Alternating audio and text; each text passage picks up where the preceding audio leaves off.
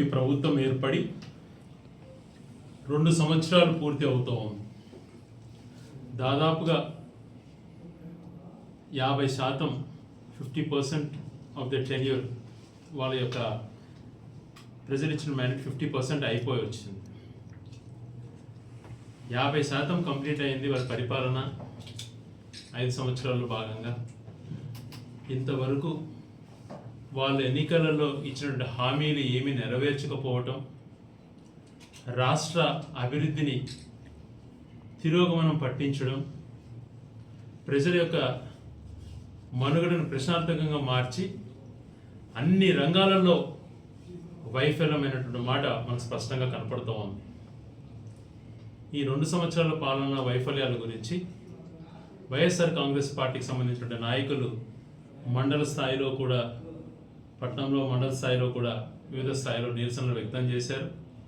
అలాగే 12వ తేదీన వైఎస్ఆర్సీపీ నాయకులు, కార్యకర్తలు అందరి సహాయ సహకారాలతో, ప్రజల మద్దతుతో 12వ తేదీన ఈ ప్రభుత్వం పైన, ఈ ప్రభుత్వ వైఫల్యాల పైన మేమందరం కూడా నినాదం చేస్తూ శాంతియుతంగా కూడా ర్యాలీ చేయబోతున్నాం.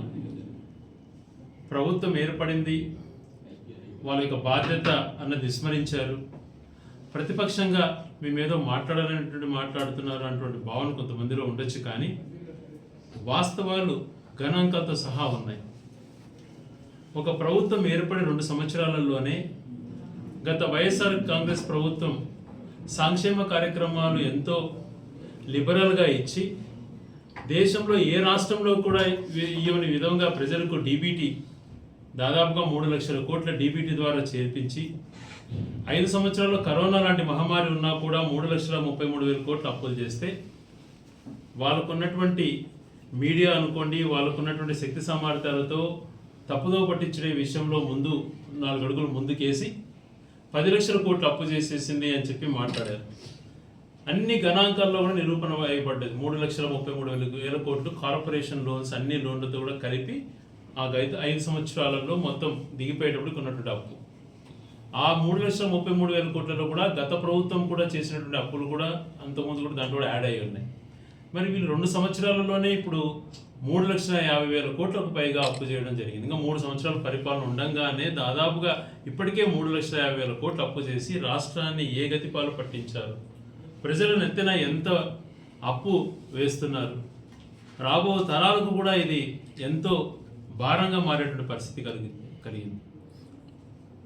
నేను మాట్లాడుతున్నాను, ఏమిచ్చాడు సూపర్ 6 హామీలలో? వందలాది హామీలు ఇచ్చాడు. అందులో సూపర్ 6 తీసుకుందాం. వందలాది హామీలు ఇచ్చి అవేమి నెరవేర్చకపోగా, తను కొన్ని విషయాలు ఏదైతే ఎక్కువగా చెప్పి ప్రజల ద్వారా ఓట్లు వేయించుకున్నాడో ఆ ప్రజలను మోసం చేశాడు. 2 సంవత్సరాల పరిపాలన అయిపోయింది, ఇంతవరకు ఒక కొత్త పెన్షన్ అటువంటిది లేదు. 50 సంవత్సరాలు దాటినటువంటి బీసీ, ఎస్సీ, ఎస్టీ, మైనార్టీలకు పెన్షన్లు ఇస్తామని చెప్పాడు. ఇంతవరకు దాన్ని ఊసే లేదు.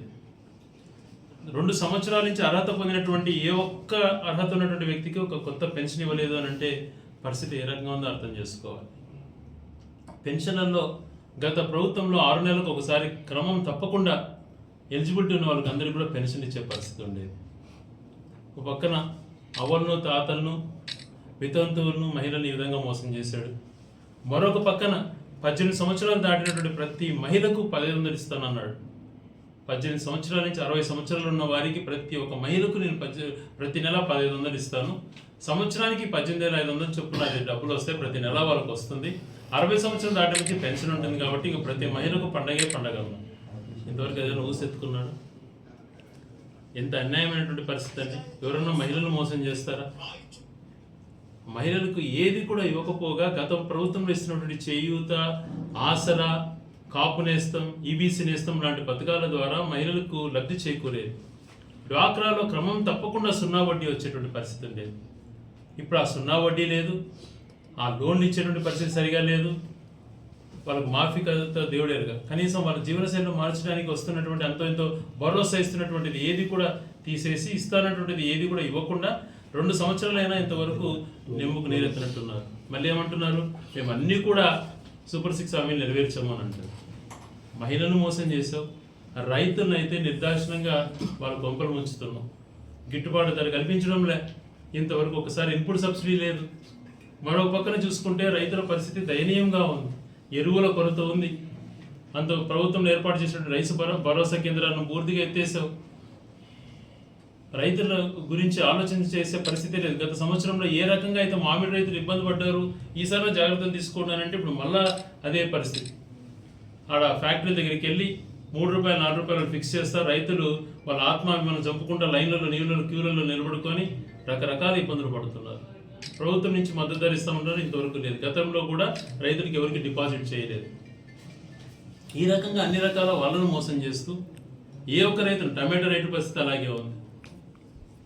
ఇంతవరకు 2 సంవత్సరాల పరిపాలన పూర్తయింది. ఏ రోజైనా రైతులకు ఇన్పుట్ సబ్సిడీ ఇవ్వాలన్నటువంటి కనీస ఆలోచనకు రాలేదు అని అంటే రైతులపైన ఆయనకున్నటువంటి ప్రేమ ఏ పాటిదో అర్థమవుతాం. మరొక పక్క యువత, మరొక పక్కనేమో మీరు పిల్లల్ని కనండి, ఒకరొకరు 5 మందిని పుట్టించుకోండి, 2 తర్వాత పుట్టిన ప్రతి పిల్లవాడికి నేను 10,000 ఇస్తా 30,000 ఇస్తా అన్నటువంటి ప్రచారం చేసేట ఈ మనిషి ఇప్పుడు ఉన్నటువంటి యువతకే నిర్దాక్షిణంగా ఉన్న అన్యాయం చేస్తున్నాడు. నిరుద్యోగ వృత్తి రూపంలో ఉద్యోగం రాకపోతే ప్రతి వ్యక్తికి 3,000 రూపాయలు ఇస్తానటువంటిది ఇంతవరకు అవసరం ఎత్తుకోలేదు.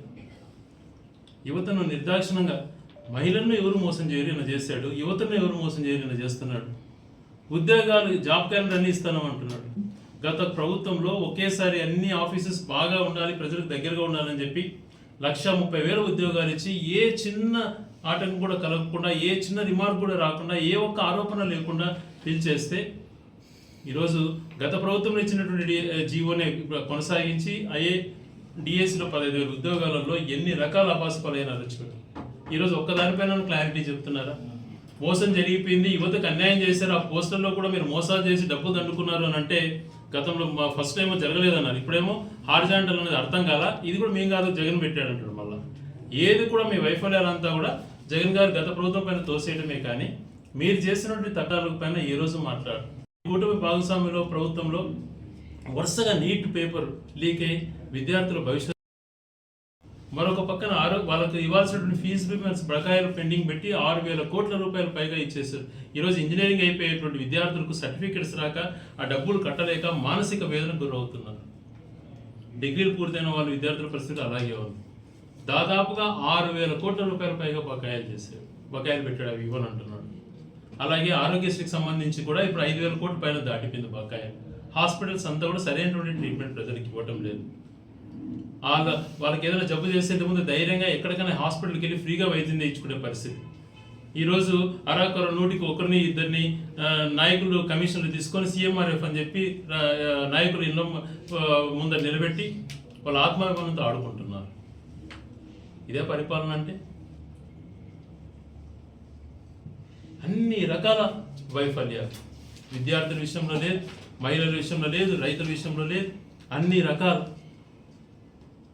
పెన్షన్లు ఇవ్వలేదు, మహిళలకు డబ్బులు ఇవ్వలేదు, రైతులకు ఇస్తానటువంటి ప్రతి సంవత్సరం ఇస్తానటువంటి 20,000 రూపాయలలో ఒక సంవత్సరం పూర్తిగా ఎగరగొట్టావు, 2వ సంవత్సరం కూడా పూర్తిగా ఇవ్వలేని పరిస్థితి ఏర్పడింది. అమ్మఒడి ఒక సంవత్సరం పూర్తిగా ఎగరగొట్టేస్తావు, ఒక సంవత్సరం ఇచ్చావు, 2వ సంవత్సరం ఇంకా విధి విధానాలలోనే ఉన్నారు. మీ ప్రభుత్వం ఏర్పడి 3వ సంవత్సరంలో పడింది, ఇంతవరకు ఒకటేసారి అమ్మఒడి ఇచ్చారు, రైతులకు ఒకటేసారి ఇచ్చారు. ఇవన్నీ ఎగరగొట్టి మోసం చేస్తున్నటువంటి విషయం మీకు తెలియటం లేదా? యువత నడ్డి విరిచారు. వాళ్ళకు ఏదో పరిశ్రమలు అని చెప్పేసి ఊరికే భూములు 99 రూపాయలు 99 పైసలకు పంచుతూ పప్పులు వెళ్ళాలా ఏవో వచ్చేస్తే భ్రమింపజేసి దోచుకుంటున్నారు యువకుల పేరు చేసి. ఎక్కడ పరిశ్రమలు ఏర్పాటు చేయలేదు. ఈరోజు గతంలో శ్రీ సిటీలో ఏర్పడిన పరిశ్రమలు తీసుకోండి, వైజాగ్లో వచ్చిన పరిశ్రమలు తీసుకోండి, పోర్ట్స్ తీసుకోండి, ఇవన్నీ గత ప్రభుత్వంలో జగన్ గారు చేసినట్టే కానీ మీరు ఏది కూడా చేయలేకపోయినారు. ఇంకా గ్రామీణ ప్రాంతాలలో కానీ పట్టణ ప్రాంతాలలో కానీ నివాసము వాళ్ళకి ఏదైతే అత్యంత అవసరమైనటువంటి హౌసింగ్ అనేటువంటిది ఉందో గత ప్రభుత్వంలో 30 లక్షల మందికి పట్టాలు ఇచ్చి ఇల్లులు ఇస్తే కాలనీలు ఏర్పాటు చేస్తే ఇప్పుడు 2 సంవత్సరాల ప్రభుత్వం ఏర్పడి ఒక్క ఇల్లు కూడా మీరు మంజూరు చేయకుండా గత ప్రభుత్వంలో ఇచ్చినటువంటి గృహాలని మీరు గృహప్రవేశాలు చేస్తామని అక్కడొకటి చేసుకొని ప్రజలను మోసం చేస్తున్నారు. ఒక కొత్త హౌసింగ్ ఇచ్చారా ఈ ప్రాంతాలలో అనేది ఒక్కసారి మీరు బేరీ చేసుకోండి. అన్ని రంగాలలో వైఫల్యం. ఇవన్నీ ఒక ఎత్తు అయితే లా అండ్ ఆర్డర్ విషయం ప్రభుత్వం ఏర్పడిన రోజు నుంచి నిర్దాక్షిణంగా చేయడం, వెనుగొండలో రషీద్ అనేటువంటి వ్యక్తిని చంపినటువంటి విధానం వందలాది మంది కార్యకర్తలను చంపినటువంటి విధానము, వీళ్ళు చేసినటువంటి దౌర్జన్యాలు, అక్రమాలు చూస్తే మీకు ఆల్రెడీ మీకు బ్రాండ్ ఉంది వెన్నుపోటని. మీది హత్యల పార్టీ, ప్రజలను నిర్దాక్షిణంగా చంపే పార్టీ అని కూడా మిమ్మల్ని అనొచ్చు. ఇవన్నీ అపవాదులు మీపైన పెట్టుకొని మళ్ళా అవతల పార్టీని డిమోలైజ్ చేయడానికి గుడ్డలని మాట్లాడుతున్నారు మీరు. ఈరోజు వివేకానంద రెడ్డి గారి హత్య విషయంలో ఆశ్చర్యకరంగా ప్రపంచంలో ఎక్కడా ఉండదు. ముద్ద అయినటువంటి దస్తగిరి గారికి సిద్ధార్థ లూథ్రా గారి లాయరు, చంద్రబాబు నాయుడు గారికి ప్రభుత్వానికి అన్ని విషయాల్లో సిద్ధార్థ లూథ్రా గారి లాయరు. ముద్దాయికి ఒకే లాయరు, ముఖ్యమంత్రికి ఒకే లాయరు. అది వీళ్ళే పెట్టించారు. ప్రభుత్వం నుంచి కోట్లాది రూపాయలు, నెలకు ₹1 కోటి, ₹2 కోట్ల ఫీజులు చెల్లిస్తారు ప్రభుత్వం ప్రజల సొమ్మని ఒక లాయర్కి. ఏంటండి ఇక్కడ జరుగుతుందా ఇట్లాంటివి? ఇదే ప్రభుత్వం నడపాల్సిన బాధ్యతగా నడిపించాల్సిన మనిషి ఒక బాధ్యత ఇదే? సమాధానం చెప్పాలి వాళ్ళు. ఇన్ని రకాల వాళ్ళు ఒక పక్కన హత్యలు చేసి వాళ్ళే క్రియేట్ చేసుకొని ఇతరులపైన నిందలు మోపేటువంటి తత్వమే అవలంబిస్తున్నారు తప్పితే నీతి నిజాయితీగా ఎవరిని ఎట్లా తప్పు చేశారో వాళ్ళు శిక్షిద్దామన్నటువంటిది లేదు. వాళ్ళే విపరీతంగా ప్రోత్సహిస్తున్నారు. ఎక్కడ ప్రజాస్వామ్యం అన్నటువంటిది లేదు. ఏ ఒక్కరూ మాట్లాడకూడదు, ప్రశ్నించకూడదు. కోర్టు అన్నటువంటిది లెక్కలు కూడా లేదు. ఇన్ని రకాల వైఫల్యాలు చెందుతూ మళ్ళీ ఎదురుదాడి చేయటం. ప్రభుత్వం పవన్ కళ్యాణ్ గారు నేను రాజకీయాల్లోకి వచ్చిందే సుగాలి ప్రీతి హత్య గురించి అని మాట్లాడాడు. అది చేసింది చంద్రబాబు గారి పీరియడ్లో అయితే ఆయననేమన్నాడు. అధికారంలోకి వచ్చి 2 సంవత్సరాలు పూర్తయిపోయి 3వ సంవత్సరానికి వచ్చారు. సుగాలి ప్రీతి తల్లి, అయ్యా నా కూతురు కోసం రాజకీయాల్లోకి వచ్చానన్నావు, న్యాయం చేస్తున్నావా అని అంటే ఆమెను వేధించి లాస్ట్కి వాళ్ళనే పోలీసుల ద్వారా వేధించే తత్వం వచ్చారు. జగన్మోహన్ రెడ్డి గారి దగ్గరికి వచ్చింది. అన్న నువ్వు చాలా మంచివాడివి, ఆ టైంలో నీ ప్రభుత్వం హత్య జరగకపోయినా మాకు ఇల్లు ఇచ్చినావు, అనేక అవకాశాలు కల్పించావు. ఈ దుర్మార్గ ప్రభుత్వం మా పేరు వాడుకొని ఈరోజు నాకు న్యాయం చేయటం లేదు అని చెప్పి ఆ సుగాలి ప్రీతి తల్లి ఆవేదన చెందిందని అంటే వీళ్ళ ప్రభుత్వ వైఫల్యం ఏ పాటిదో ఒకసారి అర్థం చేసుకోమంటారు. ఒక సుగాలి ప్రీతి విషయమే కాదు, గండికోటలో ఒక మైనర్ బాలిక పైనటువంటి జరిగినటువంటి అకాయత్యం, పొంగనూరులో జరిగింది, మదనపల్లిలో జరిగినవి, కడప, బద్వేల్, నందికొట్కులకు సంబంధించిన ఇంతవరకు ట్రేస్ చేయలేదు. ఒక అమ్మాయికి సంబంధించి వీళ్ళు కల్పిస్తున్న భద్రత, వీళ్ళు ప్రజలకు భరోసా కల్పించేసి తప్పు చేస్తున్న వాళ్ళని శిక్షించకుండా ఆ ఎదుట పార్టీ వాళ్ళను ఏ రకంగా భయభ్రాంతులకు గురి చేయాలన్నటువంటి విషయాల్లో పనిచేస్తుంది పోలీస్ వ్యవస్థ. ఇది సరైనటువంటిదే? ఇది మీ ప్రభుత్వం తప్పిదం కదా, మీ ఫెయిల్యూర్ కాదా అని చెప్పి మేము ప్రశ్నిస్తున్నాం. ఇన్ని రకాల వైఫల్యాలలో సంక్షేమంలో కానీ, లా అండ్ ఆర్డర్లో కానీ, మంచి చేసే విషయంలో కానీ దేంట్లో కూడా లేదు. వైజాగ్ స్టీల్ ప్లాంట్ను గాలికి వదిలేశారు, రోజుకు 10 మంది చచ్చిపోతున్నారు. దాన్ని కూడా ప్రైవేట్ పరం చేయాలన్నటువంటి ఒక ఆలోచనతో దుర్మార్గంగా కుట్రపూర్వకంగా చేస్తున్నారో అర్థం కావడం లేదు. ఈ రకంగా రాష్ట్రంలో అనేక దాంట్లని భయభ్రాంతులకు గురి చేయడం, ఇంకొక రకంగా చేయడం, ఏది కూడా తనకు అనుకూలంగా మలుచుకోవాలన్నటువంటి ప్రయత్నం చేయడం. ఆ రోజు గత ప్రభుత్వం పైన నువ్వు ల్యాండ్ టైటిలింగ్ యాక్ట్ పైన అన్ని నిందలు మోపావే, ఈరోజు నువ్వు అదే కదా చేస్తున్నావు. అదే కార్యక్రమాన్ని చేసి నువ్వు పబ్లిసిటీ చేసుకుంటున్నావు. ఈరోజు ఒక ఉదాహరణకి మన ప్రాంతంలోనే ఎంతమంది రైతులకు గత ప్రభుత్వం మేలు చేసింది అన్నట్టు ఆలోచన చేసుకోమంటున్నావు. ప్రతి ఒక్క రైతును వేలాది ఎకరాలు ఎప్పటి నుంచో చుక్కల కింద పడి వాళ్ళ పరిస్థితి చాలా అన్యాయంగా ఉంటే ఆ పూర్తిగా చట్టం తీసుకొచ్చి వాళ్ళకి హక్కులు కల్పించింది ప్రభుత్వం. దాదాపుగా ఒక నియోజకవర్గంలో, రాయచూరు నియోజకవర్గంలోనే 20-30 వేల ఎకరాలకు పైగా రైతులకు మేలు జరిగింది. పేదవారికి అది అన్యక్రాంతం కాకుండా, ఇంకొకరు దౌర్జన్యం చేసుకోకుండా, ఎవరికైతే అసైన్మెంట్ పట్ట చెందిందో ఆ మనిషికి 20 సంవత్సరాల తర్వాత ఆ వ్యక్తి పేరుతో ఉంటేనే అది లీగలైజ్ అతనికి చేయాలని చెప్పి చట్టం తీసుకొస్తే ఆ రోజు హేళనగా మాట్లాడిన వాళ్ళు ఈరోజు మళ్ళీ ఆ చట్టాన్ని వాడుకొని వాళ్ళ దోపిడికి వీళ్ళు చేసుకుంటున్నారు. మనుషులను బ్లాక్మెయిల్ చేస్తూ మా పార్టీ వాళ్ళకే చేయాలా అని చెప్పి ఆ చట్టంలో ఉన్నటువంటి దాన్ని వాడుకొని వాళ్ళు ఇది చేస్తున్నారు. ఈ ఫ్రీ హోల్డ్ వల్ల పేద ప్రజలకు అసైన్మెంట్, దానివల్ల 2004 నుంచే భూ పంపిణీ కార్యక్రమం ఏ రకంగా జరిగింది అందరికీ తెలుసు. రాజశేఖర్ గారి పీరియడ్లో 5 సంవత్సరాలు కూడా భూ పంపిణీ కార్యక్రమం జరిగింది. వాళ్ళందరికీ ఆ భూములు రెగ్యులరైజ్ అయ్యేటువంటి పరిస్థితులలో వీళ్ళు దోపిడికి తెరెత్తుతున్నారు. మరొక పక్కన ఎక్కడ చూసినా మట్టి, ఇసుక, పట్టా భూములలో కూడా గుంతల మీద తవ్వేసేసి రైతును బెదిరించేటువంటి పరిస్థితి ఈ ప్రాంతంలో వచ్చింది అని అంటే ఎంత దౌర్జన్యం అండి ఇది ఎంతకాలం కొనసాగుతుంది? దౌర్జన్యాలకు అస్తవ్యస్తంగా వ్యవస్థలను వాడుకొని ఎట్లకే మీరు చేయాలన్నటువంటి ప్రయత్నం చేస్తున్నారు తప్పితే ప్రజాస్వామ్య రీతిలో చేయాలా, మంచి చేయాలా, ఇచ్చినటువంటి బాధ్యతను ఏ రకంగా చేయాలా అటువంటిది ఇంతవరకు చేయలేదు. అభివృద్ధి అంటారా? జిల్లా కేంద్రం అలాగే ఉంది. ఈరోజు 2002లో జిల్లా కేంద్రం 26 జిల్లాల కేంద్రంగా ఏర్పాటు చేసింది గత ప్రభుత్వం, మా ప్రభుత్వం. అందులో భాగంగా రాయచోటిని కూడా జిల్లా కేంద్రం చేసుకోగలిగినాం. ఈరోజు ఆ రోజు 23లో గౌరవ పెద్దలు అందరి సమీక్షంలో ఒక నోట్ తయారు చేసి ఏ రకంగా జోన్స్ బైఫర్కేషన్ చేయాలా అని చెప్పి దీన్ని గెజిట్ తేవాలని చెప్పి 23లో మేము పంపించిన దాన్ని 25లో కేంద్ర ప్రభుత్వం ఆమోదం తెలిపి ఆ గెజిట్ కూడా ఇచ్చింది. ఈరోజు ఈ రాష్ట్ర ప్రభుత్వం 2025 డిసెంబర్ 31న కొత్త జిల్లాలు ఏర్పాటు 28 జిల్లాలని చెప్పింది. మరి ఇంతవరకు ఆ గెజిట్కి సంబంధించింది మాట్లాడలేకపోతున్నారు. 26 జిల్లాల గెజిట్ ఇప్పుడు ఎందుకు అమలు అవుతుంది అన్నటువంటిది ఆలోచన చేసుకోలేకపోతున్నారు. కనీస పరిజ్ఞానం లేనటువంటి ఈ వ్యక్తులు అస్తవ్యస్తంగా వ్యవస్థను దారి చేసి ఒక ప్రాంతాన్ని అన్యాయం చేయాలని చూస్తున్నారు తప్పితే నిజంగా వీళ్ళు ఏది కూడా సరైనటువంటి రీతిలో చేయాలన్నటువంటిది ఏ రోజు ఆలోచన కలగదు. ఈరోజు కేంద్ర ప్రభుత్వం గెజిట్లో ఉన్న దాని ప్రకారమే ఉద్యోగస్తులు బైఫర్కేషన్ జరుగుతాం జోన్స్ ప్రకారంగా. జోన్ 4లోను జోన్ 5 మన అన్నమయ్య జిల్లా ఏదైతే గతంలో ఏర్పడిందో అదే గెజిట్ కింద వచ్చింది. మరి దాన్ని అలాగే కొనసాగించాలి ప్రభుత్వం. కలెక్టర్ని తిరిగి ఇక్కడే పెట్టేటువంటి కార్యక్రమం చేపట్టాలి వెంటనే. ఎస్పీ గారిని ఇక్కడికే ఆల్రెడీ ఆఫీసెస్ ఎస్టాబ్లిష్డ్ ఉన్నాయి కాబట్టి ఆ గెజిట్ ప్రకారంలో ఉన్నటువంటిది కేంద్ర ప్రభుత్వం కూడా అదే గెజిట్ ఇంకా పరిగణలోకి తీసుకోనుంది కాబట్టి ఈ రాష్ట్ర ప్రభుత్వం కూడా 28 జిల్లాలను గుర్తించలేదు కాబట్టి ఇంకా అది అఫీషియల్ కాలేదు కాబట్టి అంతకుముందు హెడ్ క్వార్టర్ రాయచోటిని కొనసాగించే విధంగా ఈ ప్రభుత్వం ప్రయత్నం చేయాలని చెప్పి గట్టిగా డిమాండ్ చేస్తున్నాం. మీరు తప్పిదం చేశారు, ఇప్పుడైనా సరైన మార్గంలోకి రండి. మీరు చేసిన తప్పిదము గెజిట్ కూడా మీకు ఇంకా లేదు. 28 జిల్లాలకు సంబంధించింది 26 జిల్లాలకు సంబంధించిన గెజిట్టే ఉంది. అంతకుముందు ఉన్నటువంటి అన్నమయ్య జిల్లా రాయచోటి హెడ్ క్వార్టర్స్గా ఉంది. ఇక్కడి నుంచే ప్రతిపాదన కలెక్టర్ రెసిడెన్స్ కూడా కంప్లీట్ చేశాం. కలెక్టర్ గారు కూడా ఇక్కడి నుంచే వెళ్తున్నారు. ఇవన్నీ పరిధిలోకి తీసుకొని కలెక్టర్ ఆఫీస్, ఎస్పీ ఆఫీస్ ఇక్కడే పెట్టాలని చెప్పి గట్టిగా డిమాండ్ చేస్తున్నాం. వీళ్ళ యొక్క ఆలోచన ఏ రకంగా ఉంటాయి అని అంటే డెవలప్మెంట్ పైన చూసుకుంటే స్వయాన రవాణా శాఖ మంత్రి, ఆయన కంట్రోల్ ఆర్టీసీ ఉంటుంది. బస్ స్టాండ్కి వచ్చింది రోజుకు ఒకసారి వచ్చింది 4 ఫోటోలు వేస్తూ ఉంటారు మీడియా. నేను కూడా రోజు చూస్తుంటాను బస్ స్టాండ్ ఎప్పుడు వస్తాను తొందరగా చూద్దామని. డిపిఆర్ ఒక బస్ స్టాండ్ని స్వయంగా నువ్వు శాఖ మంత్రివే డిపిఆర్ అని చెప్పి 2 సంవత్సరాల నుంచి బస్ స్టాండే నువ్వు చేసుకోలేకపోతున్నావే.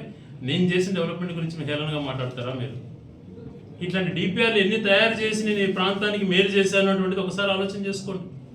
ఒక బస్ స్టాండ్ స్వయంగా మంత్రిగా ఉండి మీ శాఖలో ఉండి మీ కింద అధికారులతో ఉండి డిపిఆర్ కోసం ఇన్నేళ్ళు బస్ స్టాండ్ మొదలు పెట్టడానికి సమయం తీసుకుంటున్నారే. మరి ఇదే నేను ఏ పదవి లేకపోయినా జగన్మోహన్ రెడ్డి గారు అటువంటి వ్యక్తి ముఖ్యమంత్రిగా ఉన్నటువంటి సమయంలో ఆయన ద్వారా జిల్లా కేంద్రం ఏర్పాటే కాకుండా అనేక ఆఫీసులే కాకుండా ఈరోజు వీళ్ళు మాట్లాడుతున్నారు పైపులు వేస్తుంటే మేము చేస్తాం మా ప్రభుత్వం నడుస్తుంది అని చెప్పి. బస్ స్టాండ్ డిపిఆర్కే 2-3 సంవత్సరాలు పట్టిన మీరు ఆ స్కీమ్ చేయగలుగుతారా? 3 సంవత్సరాలు అనునిత్యం నేను కష్టపడి అధికారులు 2 డీఈలు ఉన్నారు, శ్రీనివాసరెడ్డి లక్కిరెడ్డిపల్లెకు రాయచోటికి ఇంకో శ్రీనివాసరెడ్డి.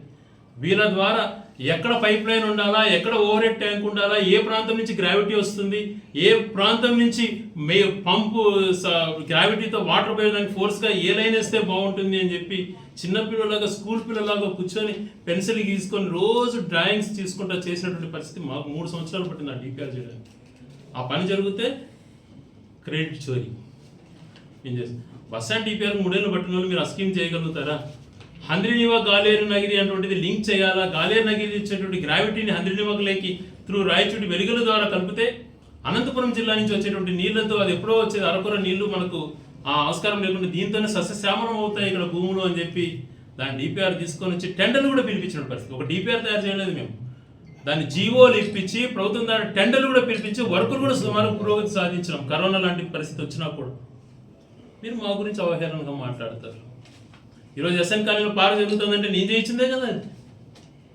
నేను కష్టపడి ఆ రోజు టవర్ క్లాక్ అక్కడ కడదాము అని చెప్పి అందరినీ కన్విన్స్ చేసి ప్రజాసంపర్కంగా పోవాలి, టౌన్లో అన్ని కూడల్లో సుందరీకరణ జరగాలి అని చెప్పి నేను ఆ రోజు అవుట్ ఆఫ్ ఫండ్స్ తీసుకొచ్చాను. అదే పని మున్సిపాలిటీలో ఆర్థిక వనరులు సరిగా లేవు, ఆడోలో ఫండ్స్ ఉన్నాయి, దాన్ని వేరే ప్రాంతానికి పోకుండా రాయచోటికి తీసుకురాగలిగిన. ఎంఐసీ లేఅవుట్ చేస్తే దానికి రోడ్ వేస్తేనే అక్కడ భూములు తీసుకున్న వాళ్ళకు మంచి జరుగుతుంది, అక్కడ పొలాలలో కూడా వాళ్ళు ఆర్థిక అభివృద్ధి చెందుతారు అని చెప్పి 9 కోట్ల రూపాయలు అక్కడ రోడ్ వేయించినటువంటి మార్గం కూడా ఒకసారి ఆలోచన చేయమంటున్నాం.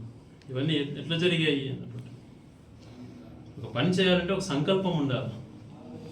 శిల్పారామం దాదాపుగా ఇది ఒక షేప్ తీసుకొచ్చారు, పనులు కూడా మొదలెట్టించి భూములంతా కూడా మార్క్ చేసేసి ఎంతమంది ఎంత ఒత్తిడి చేసినా కూడా ప్రభుత్వానికి సంబంధించిన భూములు గట్టిగా ఉండాలని చెప్పి ఆలోచన చేశాను. ఆ రోజు నేను బోర్డులు పెట్టించిన పుణ్యానికి ఈరోజు మీకు వెతుక్కోకుండా ఆ బోర్డులు పెరిగేసేసి ఆక్యుపై చేసుకుంటున్నారు. దాంట్లో పురోగతి సాధిస్తున్నారు. ఇలాంటి అభివృద్ధి అంటే బాధ్యత ఉండాలండి, చేయండి. ఏ రోజు నేను ఓడిపోయిన నా ఓటమి చెందినటువంటి గంటలోనే చెప్పాను బయటకు వచ్చి ముందాగా. నేను ఏ రోజు ఇంకోటి అని కూడా మాట్లాడలేదు. ప్రజాస్వామ్యంలో గెలుపోవటంలో సహజం, ప్రజాభిమానాన్ని కట్టుబడి ఉండాలా, చేసేటువంటి పనులను కొనసాగించి ప్రజలు మనల్ని పొందాలని చెప్పి అదే గంటలో నేను ఏమాత్రం నిరాశ గురి కాకుండా చెప్పినటువంటి వ్యక్తిని ఈరోజు కూడా చెప్తాను. మీరు చేస్తే మంచి కార్యక్రమాలు చేస్తే దేనికైనా సహకరిస్తాను. అలా కాకుండా వేరే రకాల పద్ధతులలో ఓటమి ఎంతవరకు సమంజసం అని చెప్పి నేను ప్రశ్నిస్తున్నాను. ఇవన్నీ వైఫల్యాలను కప్పిపుచ్చుకొని కేవలం నోటి దాటింది కదా అని ఇష్టానుసారం మాట్లాడి వ్యవస్థలు ఉన్నాయని చెప్పి భయపడించి చేసుకోవాలని ప్రజాస్వామ్యం చాలా కాలం మనకు ఉండదు.